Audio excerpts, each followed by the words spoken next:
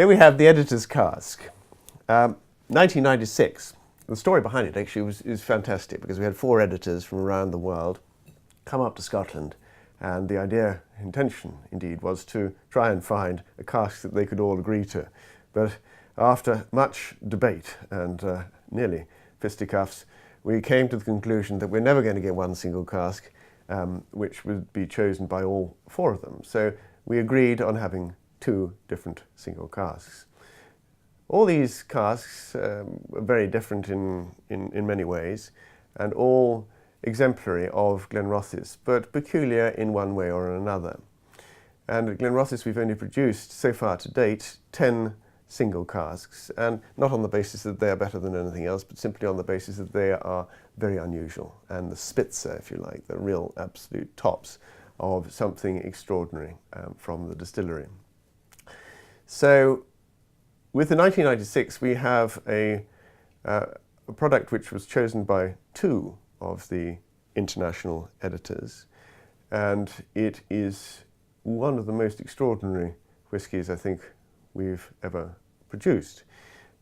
It's very, very dark, as you can see here, in terms of its colour, and that is an indication of its sherry wood origin. This is Spanish wood, and it's a first fill, and so it's going to take on that hue very quickly, but certainly after a bit of time. And this is 1996, so bottled in 2011, and so perhaps not all that old as whiskies go, but certainly has taken on the hue very quickly. In fact, you can't see through the bottle. And because we know that all Glenrothes expressions are naturally coloured, then we will know also that the style of whisky that's going to come from this is going to be a reflection of its colour, i.e. lots of sherry in it. And indeed, that is the case. Lovely, lovely, deep, sort of reddish hue, mahogany, dark, old mahogany. And on the nose, those wonderful characteristic sort of toffee fruitiness. Quite delicious. Maple syrup and a little bit of treacle as well. Very forthcoming, so it's one of those ones that's intriguing, very complex. We could add a little bit of water a little bit later, and it might reveal a little bit more, but at the moment on the nose it's very forthright. And then we put a little bit on the back of the hand. It will certainly reveal, yeah, the woodiness, so deep, rich, resinous woodiness, dried fruits, chocolate, dark chocolate powder, that sort of thing. Absolutely wonderful. Very enticing.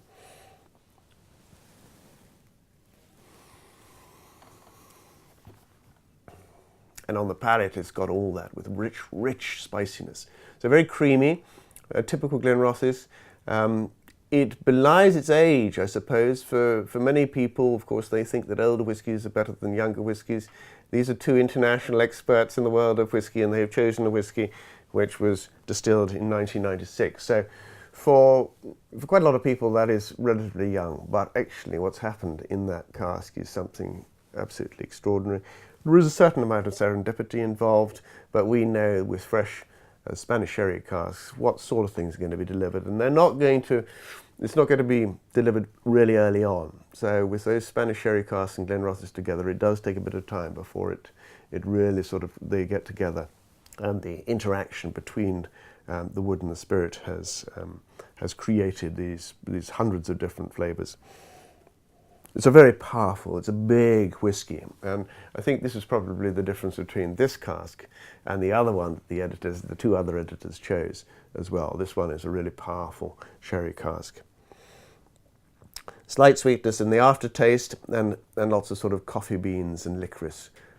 It's a wonderful example of a younger but very mature style of Glenrothes.